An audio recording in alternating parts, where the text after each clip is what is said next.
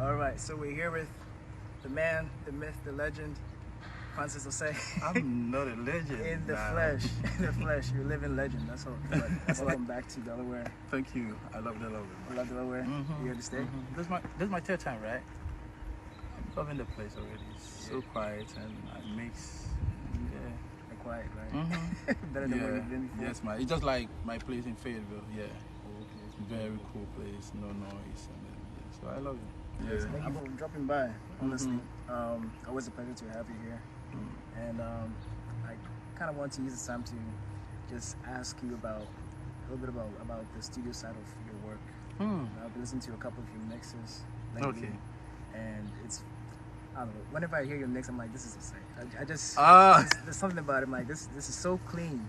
This is so distinct. So I try. Now that you're here, I just want to pick your brain a little bit and see your process, the background, and I guess the work behind the scenes of how you approach music and stuff. I listened to a couple of songs. I think Sonny Baby's mix. I think you worked on that. Yeah, the recent one. I mean, most of his songs. Yeah, and a couple of them. Better Revival. All of his songs. Yeah. If you don't know, he does so many mixes. So many. I can only scratch the surface of what this man does. It's just, once again, living legend. So, hey, if you don't mind, I would like to just see your process and how you approach to everything, even like with the kind of DAW you use.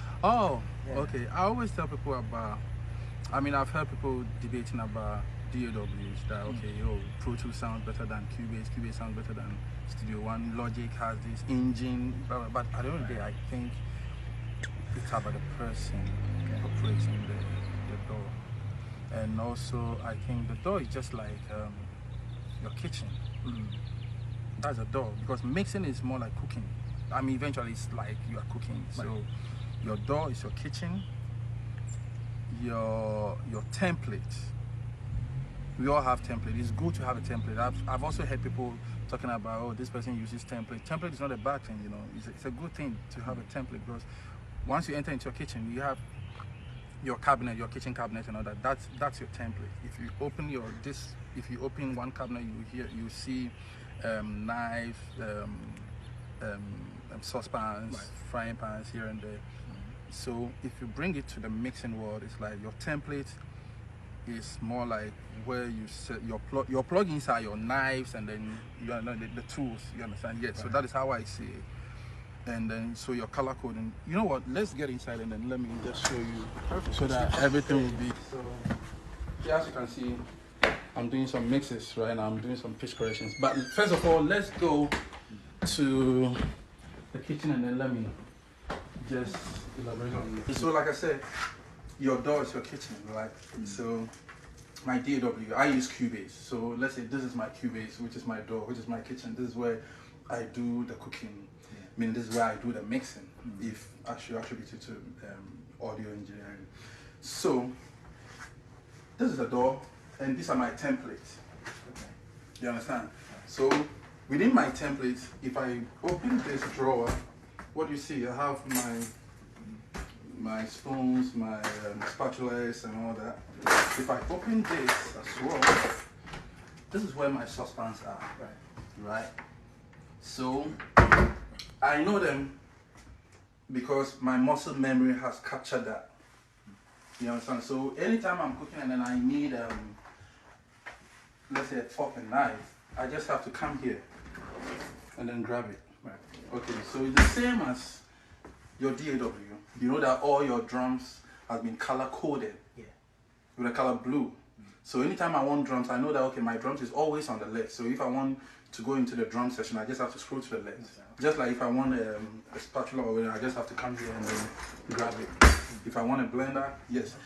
But what separates good engineers or make good mixers from the amateurs is, in as much as I have all these tools, depending on the dish that I'm kind of preparing, that will determine what kind of tools I need.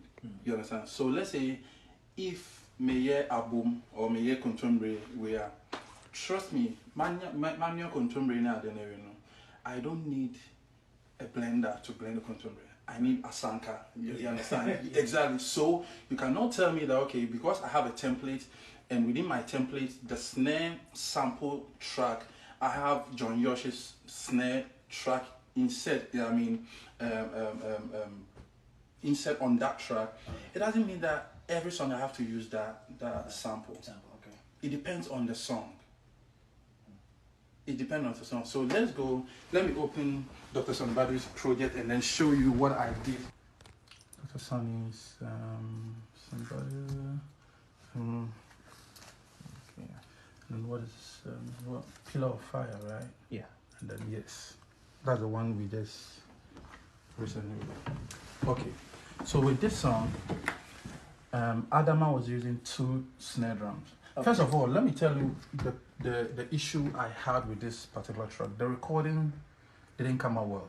They didn't record most of the tones because they were using 2 drums, and then for some reason, I don't know, they didn't record some of the tones. So what I did with Kofima and yes, okay. I mean, I had so many issues with that recording.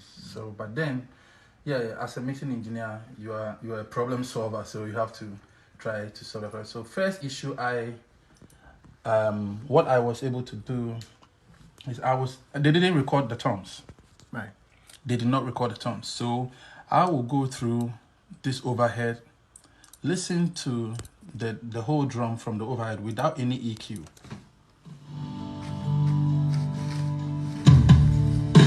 So I will listen to it, and then I will hear the toms.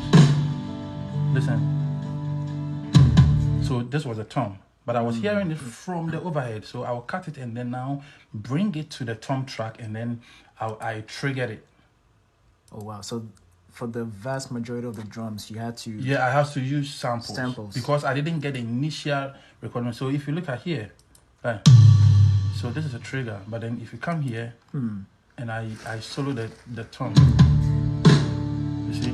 So I will cut this and then bring it to the tom track, and then I will trigger it by using my JVPR tom 4. Yeah. So this was what I was using. That's one. Yeah. Oh, okay. Because that was the only way, because I didn't get any of the toms, honestly. Wow. And then also with the second snare, the D5 snare, yes, that plays. I wanted it to sound more like a Hillsong kind of vibe, so I have some drum samples that unfortunately I've committed to the sound, but that is what I do when I use the sample. I commit to the sound so that I don't second guess myself. Because if you don't commit to, because I mix so fast. Yeah. So once I mix within the moment, my feelings, so what I feel like. So once I'm done with the sound, I'm happy with it, I bounce it. Right. So that I don't come back to it and then start changing snare sounds again. But then I did automations here. But first of all, look at my mix, my mixing. So if I want all the effects, like effects channel, is this color, right?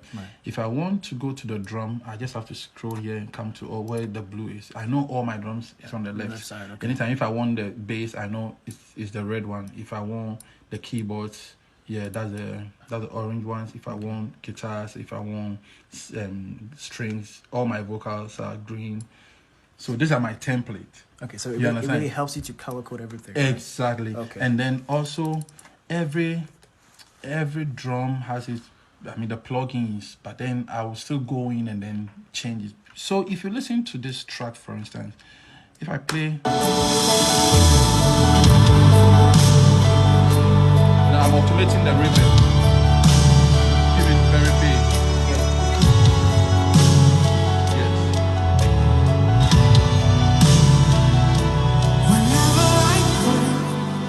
And then right after that, I know the snare reverb again, because at that place was only the snare playing. And then even if you look at the waveform, I think I didn't do any volume automation here, but then that is one.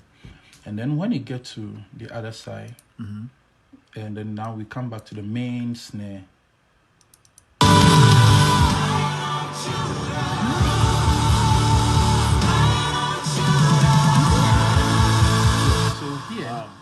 If you trigger most of the times, The snare. That's amazing. Yeah, after I put on the trigger, it makes it a fixed velocity. But then when I bounce it, I will now go in, cut here, and then fade in, so that I get that crescendo thing. So that lift off. Yeah, the lift off. Because other than that, because I'm a drummer, I know how it should sound like. Other than that, it will sound like it will sound too mechanical. Yeah. Yeah. So that is what I do most of the times. And then also when it comes to triggering, I don't lose the main snare.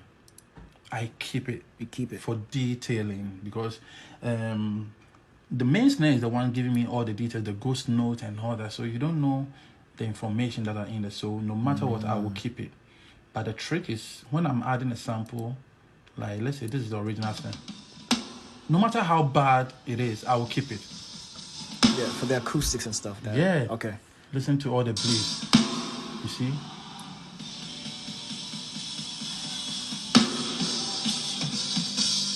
You see, you hear all the bleed, and then I'll add the sample to it. You understand? So you see, so in case he does any ghost notes, I don't lose them. Okay. So this is the reason why I will always keep. But then in this case, the snare sample is leading. It's leading the whole thing. So if my snare sample is picking at let's say minus 16, my main snare will be picking at minus 19 or minus 20, depending. Okay. And then I have the snare bottom also a little bit down and all that. So that is that. And then like the tom I told you, I triggered all the tom. So basically. And then talking of Better Revival, the Agbaja medley. Let me just close this one. Yeah. So do you usually use triggers and samples on all your mix, or depending on what? Yeah, depending on the genre. I wouldn't use it on old school high life. I wouldn't use trigger on reggae. Okay. No, the only time maybe I will use it on reggae is maybe the rim shot. Okay. But with reggae, root reggae, I would not, because it's so dynamic and natural that you really have to keep the genre, like you should make it sound the way it's supposed to sound. Right. So let's go to Better Revival. So if you come to Better Revival, the recent one that we did, Agbaja medley, that was 27. Yeah. So for Agbaja, you wouldn't really recommend triggers for that too? For Agbaja. for the Agbaja, because normally the triggers, take the triggers as this is how I see trigger. You know, during the live tracking, you have so many bleed coming from the main recordings, the main snare. So remember, you need one clean, one short sound from the snare. So sometimes you can even duplicate the main snare and then gate one very tight so that you're not getting all the bleeds. Okay. And then you can blend the raw one with the bleed, you know. Then meaning you don't need a trigger. You understand? The trigger is actually giving you one clean sound from the recording.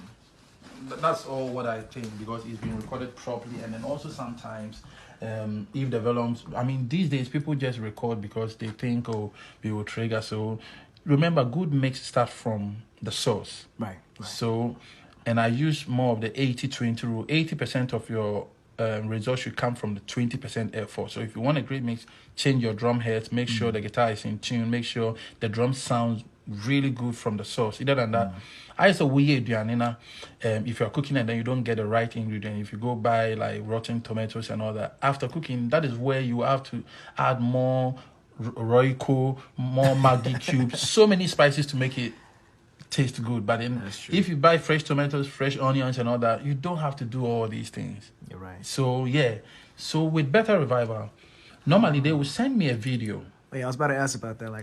I've never seen a video on the door before. I didn't think that was possible. Cubase does that. Oh. Yeah, so I'm able to import the video, and then now whilst I'm mixing, I'm watching the video, so I can do. It helps me to do so many good automations. So if you listen to the percussion. Let me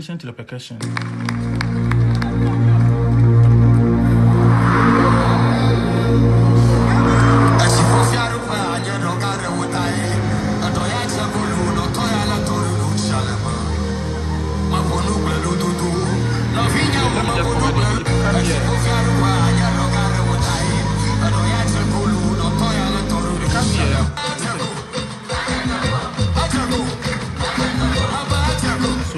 here, you see the guy was playing, but initially the conga was down. Right. So if I watch the video, it helps me to clip gain it by bringing the conga up.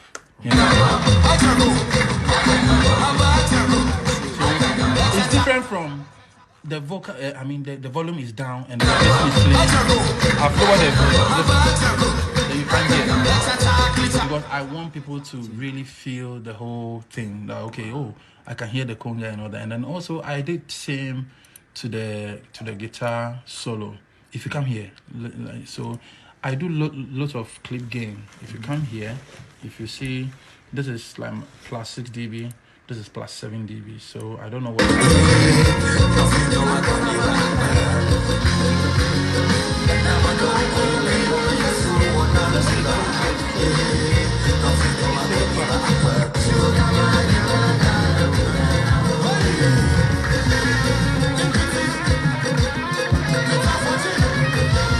So I'll always separate this. All my guitars are going to a guitar bass, but when it comes to the solo, I separate it. I don't want it to go to the guitar bass because I have a threshold of where I want the guitar bass. Wow. So you really show love to every instrument. Exactly, yes. So wow. Okay. So that's why if you're watching it, it feels like, oh yeah, I can hear the guitar. Unlike mixing is not like just set the faders and then leave it. Right. You have to move the faders consistently every time. Yeah. So this is my approach to how I mix this song. And also this one you see, yes, this one too. See the snare trigger is leading, but I still have the original.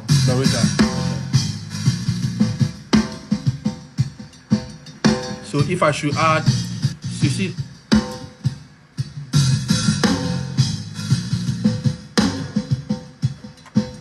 so you still hear the ghost note. Unlike if I just trigger straight away and then I get rid of this one, listen to the, nothing happens. It's not interesting anymore. Right. You understand? You have to bring all the details. Then what happens? So imagine, let me just solo the drums and then let's see.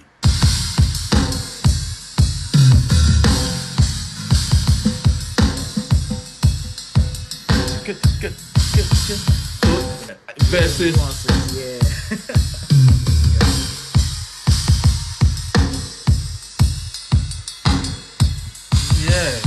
no drummer plays like that. Definitely there will be ghost notes and exactly. So I'm showing you this because this one, I wanted the harder hits to be the trigger sample, like the backbeats. So that's that. But I'm showing you one instant that the original snare was the one leading and the trigger was just very, very, very low, which is West Coast. That's the name of the band? Yeah, that's the name of the West Coast Ebusian. I mixed this song and then Avawala.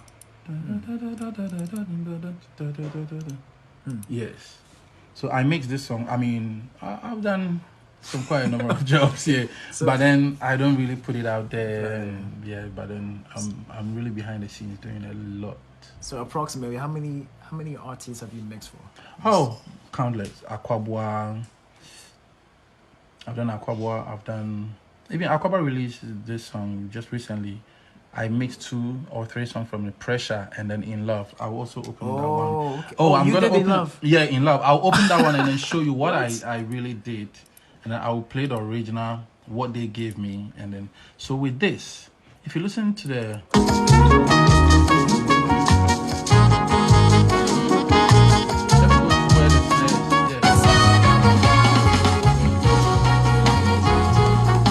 so if you look at the wave, or if you look at the meter, you see that the snare top. This is a snare top.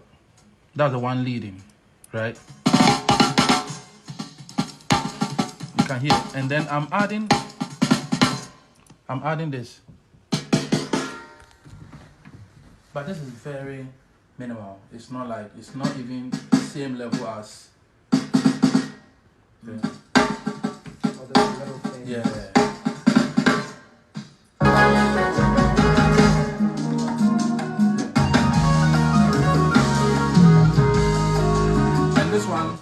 I didn't trigger the toms. There's nothing on the toms. We just basic EQ. Yeah, that's all. Everything was natural. This particular mix or this album or EP, everything was natural. I didn't add any kick trigger or anything. Even the kick, I didn't trigger. I did not. I mean, the most difficult thing is learning when not to do things or when to leave it alone. Right. Yeah. Okay. Yeah. So, how do you approach, let's say, mixing drums, for example? Mixing drums. Every genre has their own. Every genre has its own. So you kind of tune your mind and train your mind about how to mix certain. To be able to be a good mixing engineer, you have to be a music fan, not a mixing fan. Okay. So if you listen to so many music, different type of music, then you'll be able to tell, okay, this song, I think I should use this one instead. I should use this one instead. I should approach it this way. Let me open Akwabo's project, Akwabo 2023, In Love. Okay, then I will play you. That song is beautiful, by the way. Yes, first time I heard it, I was like, what? Yeah, I'll play you the original. Who did I send original to yesterday? Oh yeah. So if you listen to the In Love song, so they went to the studio and then they recorded a song. Listen to the track. This is Pressure. This is the In Love. Sorry, my bad.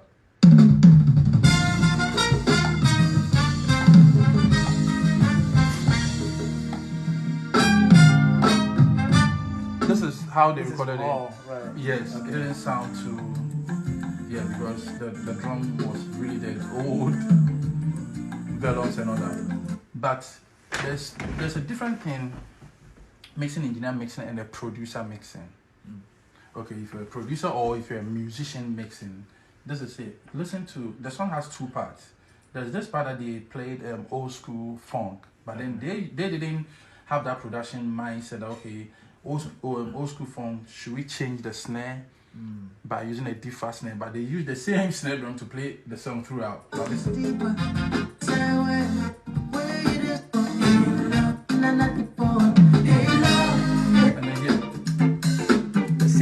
The same snare. You see that? No, nothing. No grooves, nothing.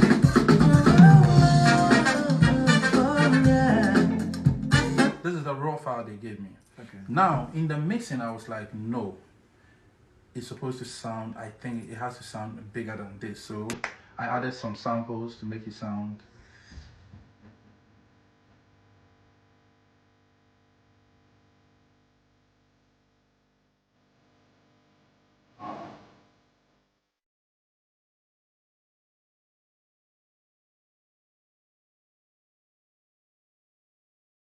Mind you, I mixed all these songs, all these incredible songs with this setup. Just this. I've mixed tons of records with this, my SSL and this small speakers in my laptop. That's all. No. I was here last year. This in my bedroom. All these mixes from Dr. Badu to MOG, Fire of the Holy Ghost, all of them.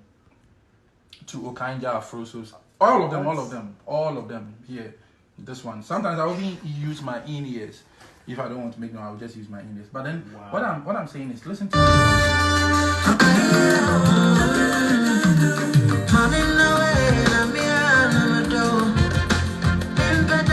And then, so now you know how it's sounding from the original. And then when we get to this side, I was like, these people, maybe they didn't know what they were doing. They just played it and then, okay, how can I bring it? Because Akwabo is a very good friend. I mean, we were in the same band, that was 2004, 2005, thereabout. And then we started our own little band called Solid Rock. Okay. Myself, Philip, and then we started playing for Becca as well. So me and Akwabo and Philip, we've been friends. Sunday, we've been friends for. So if Akwabo brings a song, I don't mix it from just a mixing engineer point of, okay, this is what garbage in, garbage out. I don't do that with Akwabo. I will go in and see what can I do to enhance the sound. So this one, when it got here, To the funk side, right? To the funk side. Okay, so let's say then I program some club. Oh, okay. Because I know about old school and this how then here I change the snare totally. To make it sound far in an old school kind. And then I added this sample.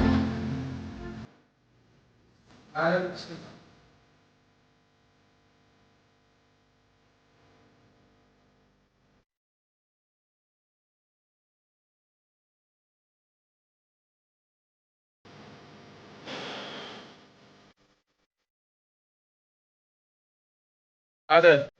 Oh yeah, some samples I have somewhere. I can't even remember where I got it. Yeah. It's so subtle, but then yeah, very effective at the same time. I just added that. But mind you, they didn't approach the song with this in mind, with this kind of production. Yeah. Okay. So that is where I had to take the song to the next level to make it sound. Yeah. Yeah. Which I should have charged more. Yeah.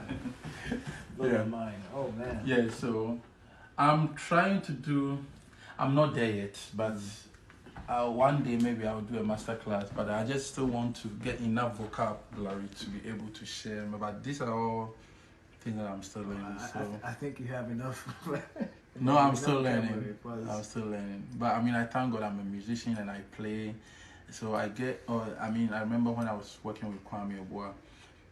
If you're doing copyright, the way the song sounds, he wants the song to sound the way it is on the record. So if you have to add how many snare drums to make it sound that way, he will let you get that sound live. Yeah. So it has really helped me in my mixing career as well. You understand? And because of that, all my mixes sounds different. Okay. You understand? I approach every song the way I think it should be.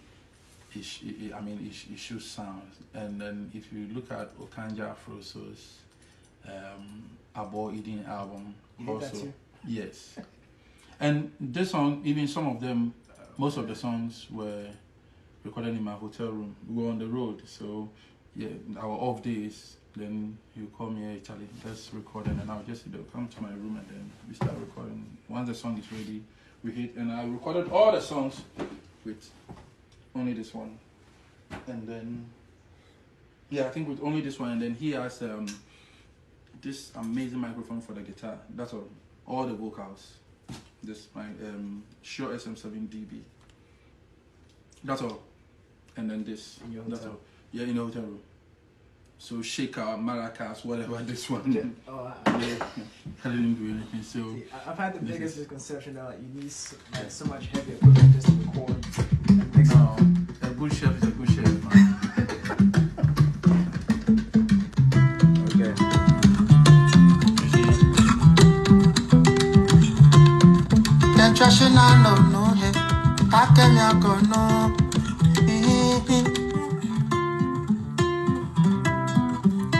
That's all that I have on this guitar.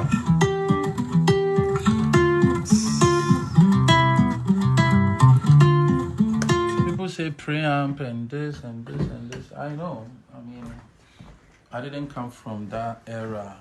It was all analog. This is my era, so I just have to make it work. So that's all. Yeah, that's it. It's crazy what you can do with just a simple stuff. Yeah. I'm blown away. That's yeah. So I'm still trying, and I have a lot of work I need to do. So yeah, I know. Wow. Yeah. And recently I had the opportunity to mix for Itana. I mean, she's really big in the reggae scene. So, you know, we did an EP. I did an EP with Samini. It was Sticks and Locks. Sticks, which is my sticks, and then his locks. Yeah. So we did it, and then we featured Itana on one, and then later the manager called me, who mixed this? Who did I say me? So he said he wanted me to do some mixes for Itana. I thought it was only going to be like 2 or 3 songs. And I ended up mixing like 6 songs for Itana, and Itana is really big, so yeah. That's be on par. Yeah, so because I was wondering, because in Ghana, we have some reggae artists who will go all the way to Jamaica to go and mix their songs on normal bar. Oh, you're mixing with Jamaica, you see. But then now, for a Ghanaian to be mixing Jamaican top artist, one of the top reggae artists, yeah, Etana is like one of the big moments in my mixing career. Yeah. For me to mix Etana, it's really huge for me. Wow. So the song should be out, I think, maybe next month or if I haven't checked, but it should be out anytime soon. Yeah. I love to hear. And I'll mix this, and then after that, he said, "Bro, we want you to do this one too." And so then, bro, we want, I mean, the manager wanted me to do like I think 2 songs or 3 songs, and then I made them, they were impressed about it, and then he was saying, and I really had time because we were doing back and forth. Etana has his identity when it comes to the voice, so he would tell me, oh, we want Etana's vocal to be very bright. Okay, this is the plugin chain that we use. Can you check? And fortunately, I had all the plugins, so I'll just go and dial in. I was actually going for the sound, not the plugin they were sending me. So I used the plugin, but then I wanted to understand the sound so that if I don't have those plugins, then what do I do? So I really understood what they wanted, and then I was able to do that, and then I ended up mixing 6 songs. So it's a big win for me. It's a big win for me. So compliments to the chef, man. Yeah, man. So very soon I'll come up with a mixing masterclass. I don't think I'm a master, so I don't even want to name it a master class. So I still want to learn. I'm still learning. So I think the name is appropriate because the things you're doing is on the mastery level, honestly. Yeah. Because just with this. Just with this. I mean, all my mixes. I have a bigger studio in Ghana and all that, but I only go there once in a while to track. Okay. And these days, because the studios are so many, so people will track and then they will send it to you for mixing. But once I get the files, this is it. I recently, I think 2 weeks ago, that I got a bigger version of these. But then, this is what I traveled every single time. So whenever you see me, I have this, I have my hard drives, I have this. I'm done. I am done. Because if you look at my drive C, which is almost full, if you look at the artists, I did AGC, Assemblies of San Antonio, I've done Aquaboa, I've done Divine, I've done Baba UK, Better Revival. We had some, Black Diamond, Bright Osei, David Okine. Wow. You know David Okine, the Kane. Okay. I have Ikuba, I have a whole lot. Joe Matthew Justice. I mean, I have a whole lot. I'm busy. You're busy. You're busy. I'm really busy. Yeah. Man. I'm really busy. So so that's it. This is. Did I answer any of your questions? All your questions, or maybe I left some? I have so many more questions, but I feel like it's more towards the masterclass. The masterclass, okay. There's some little nitpicky things I need to go Yes, into. that one, most of these ones, I didn't show you the plugins and all that, but then during the masterclass, maybe we will put the raw session, and then we'll dial it in. We'll do maybe 3 different genres, like gospel, reggae, and then high life. Okay. Because these are 3 different sounds altogether. So that is where, I mean, if it's a gospel, that's how I'll approach it. Because the reverb I will use for reggae is different from what I will use for contemporary gospel. It's different from what I will use for high life. High life is more short, like the old school high life. And even with the high life horns, old school high life horns, I don't make it more brighter. I make it very warm and darker. Depending on that approach. Like if you go online, I produced one song for Aquaba called Friends Today. Okay. Friends Today, enemy. I produced one. I wrote all the horns line, everything. So if you listen to some of the tracks that I mixed, that the horns are very sharper and then punchier. It's different from how I approach Aquaba because I'm a musician, like I said. And then I used to play trumpet when I was in Boys Brigade. So at least I have an idea of how this song, how is it that the Ramblers and the ET Men says most of the songs, they sound very warm because, and sometimes it comes from the tone itself. They play undertone, they don't blast the horns. So maybe the person playing the song or playing the horn doesn't know that, so they'll just blow it, and then once I get the files, I'll be able to roll off to make it softer, and then I can use envelope shifter to even bring the attack down a little bit. So all the tools are there, but you have to use it when it's necessary. Yes, sir. Okay. Yes. It's just like a drummer having all the chops and he doesn't know where to. If it's a ballad, he just wants to chop. Yeah. Right. No, when not to do things. You have to learn when not to do things. When to leave it alone. So When to let the song breathe. mm-hmm. Okay. Exactly. Yes. Okay. I'm going back to that. I'm going back to New York. Come gosh. back. And yes, I should be back anytime. I'm free. I'm cool. So anytime I have some break, I'll just. This is my second home actually. But it's a secret between A secret, yeah. Yes, man. Yeah, and thanks so much to Kweku for hosting me here. I mean, and mommy bayan Kweku be actually in Kweku. Oh yeah. The only thing is in Kweku me DVR then mixing no now time. Then I have to go and sleep. It's so nice that I have to take a nap, right? Yeah, my favorite is rice and peanut butter soup. Yeah. Can't go wrong with that. Yeah, with salmon. Oh Jesus. We do a pen there will be on your academic and then make what yeah. So thank you so much, Kweku, for having me here. I will come here over and over and over and over again, and then Charlie the love You heard him. and everything. It's done. He's here. Yeah, I'm here. I'm in Delaware. So thank you. All right. Appreciate you, boys. All right. So Yes, sir. We got the GOAT leaving, unfortunately.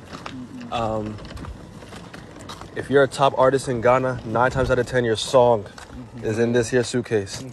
So if you're a top artist in Ghana, your song is in that suitcase. I promise you it is.